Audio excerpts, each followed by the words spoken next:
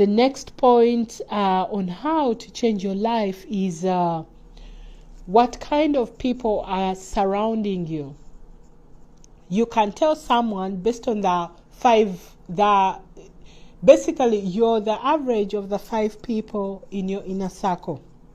So figure out first who is in your inner circle, who are they, what do they do, what kind of characteristics and personality do they have, and you'll know you are the same way. It doesn't matter how much you think they suck. If they suck, you suck too. If they are awesome, you're awesome too.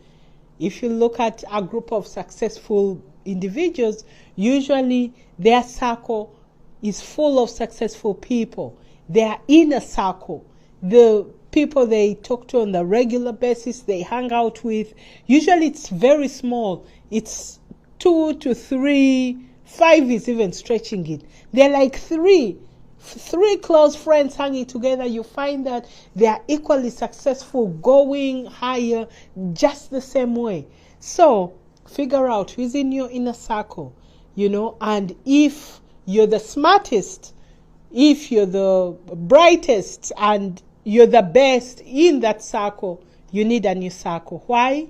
Because you've outgrown your circle. Yes, you can still have them as friends, as acquaintances, do random things with them, but when it comes to the close, nitty-gritty things to help you go forward, you may need a different circle.